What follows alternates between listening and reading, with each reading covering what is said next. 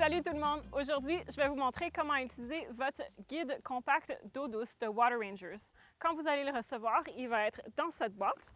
Alors, quand vous l'ouvrez, il va y avoir des instructions au-dessus sur comment l'utiliser et des liens aussi à notre site Internet. Ce qui est vraiment intéressant aussi, c'est qu'on a inclus tous nos poissons d'eau douce préférés au bas de la boîte et vous pouvez lire et en apprendre plus à propos des poissons en ligne. Dans votre test kit, vous allez aussi trouver des collants et des badges. Ça fait des belles récompenses à donner aux enfants si jamais ils vous aident à tester l'eau ou si jamais il y a des gens curieux qui viennent vous poser des questions, vous pouvez leur donner un collant pour qu'ils se rappellent de Water Rangers. Vous allez aussi trouver une solution de calibration pour votre conductimètre.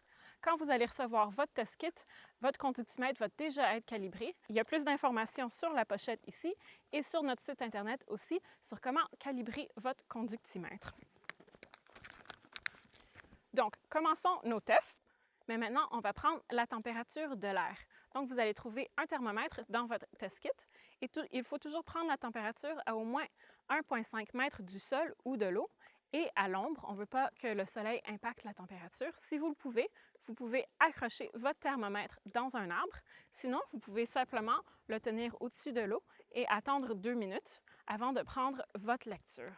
Je vais vous avertir que si vous l'accrochez dans un arbre, faites attention de ne pas l'oublier dans l'arbre pendant que vous faites vos autres tests parce que personnellement, ça m'arrive assez souvent.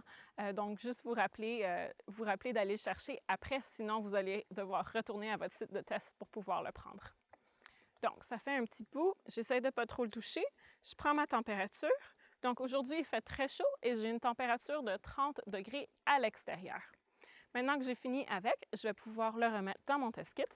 La première chose que vous allez remarquer ici, c'est qu'il y a une petite tasse à échantillon. Et aussi, ça va être une serviette. Je vais vous montrer pourquoi l'utiliser tantôt. Mais vous allez remarquer ici que j'ai un bâton d'atteinte. Donc, je vais déposer mon test kit et on va prendre notre échantillon. Donc ici où je suis, l'eau n'est pas trop profonde. C'est facile pour moi d'aller avec ma main, prendre un échantillon, mais des fois, ce n'est pas toujours le cas. Donc, c'est bien d'avoir un bâton d'atteinte qui va nous aider à aller chercher l'eau un peu plus profonde parce qu'on recommande toujours de tester avec un échantillon qui vient d'au moins 15 cm sous la surface de l'eau parce que les propriétés de l'eau à la surface sont un petit peu différentes. Donc, on veut aller chercher l'eau plus profonde. Donc, pour prendre mon échantillon, j'ai ma tasse. Je vais la tirer comme ça. Et puis, je vais pouvoir aller prendre mon échantillon. Assurez-vous que ça soit assez serré parce que si jamais il y a du courant, on ne veut pas perdre notre tasse dans l'eau. Très important aussi, je vais prendre mon échantillon et je vais rincer ma tasse 3 fois avant parce qu'il peut y avoir des résidus de la dernière fois que j'ai pris mon test ou même de mes mains, comme si j'ai mis de la crème solaire avant de venir tester. Donc, on ne veut pas qu'il y ait de résidus au bas de la tasse. Donc, je rince 3 fois et ensuite, je prends mon échantillon à 15 cm ou plus sous la surface de l'eau.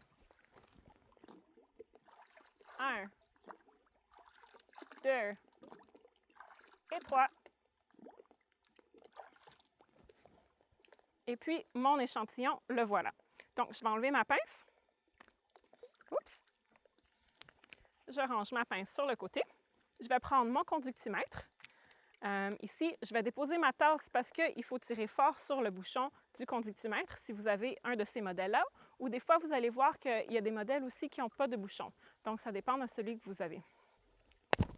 Je tire, je vais garder mon bouchon dans ma poche. Donc, je vais peser le bouton en haut pour l'allumer. Je vais attendre que les valeurs se stabilisent, donc qu'ils arrêtent de clignoter. Et ensuite, je vais pouvoir le mettre dans mon échantillon. Je prends mon échantillon et je le mets au complet. Donc, ce conductimètre va me donner, comme le nom l'indique, la conductivité, mais aussi la température de l'eau. Et les deux sont reliés ensemble, donc c'est important de toujours noter les deux valeurs. J'attends que les valeurs se stabilisent et ensuite, je prends ma lecture. Donc ici, j'ai une valeur de 80 microsiemens. Ça va être ma valeur du haut. Et en bas, j'ai ma température de l'eau et j'ai une température de 28,2. Donc, la température de l'eau est assez élevée.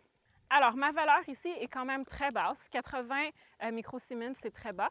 Mais ça se peut, si jamais vous êtes dans un plan d'eau, dans un endroit urbain, que vous allez avoir une lecture qui va vous dire 1,3.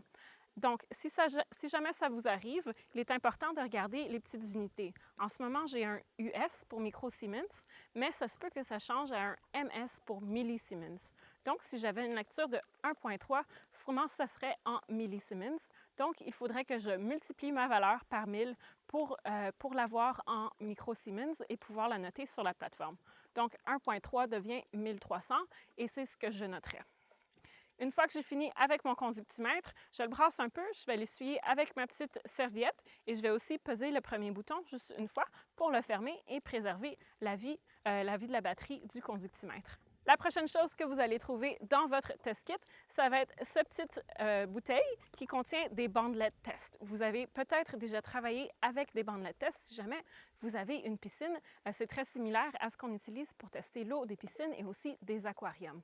Donc, avant d'ouvrir ma bouteille, il faut vraiment que je m'assure que mes mains soient très sèches parce que je ne veux pas que l'eau rentre dans la bouteille, sinon je vais endommager toutes les bandelettes test. Donc, je vais déposer mon échantillon et sortir une bandelette test. Je vais sécher mes mains un petit peu. J'ouvre ma bouteille et je brasse et je sors juste une bandelette test. Je vais reprendre mon échantillon pour pouvoir tremper ma bandelette test pour 2 secondes à l'intérieur.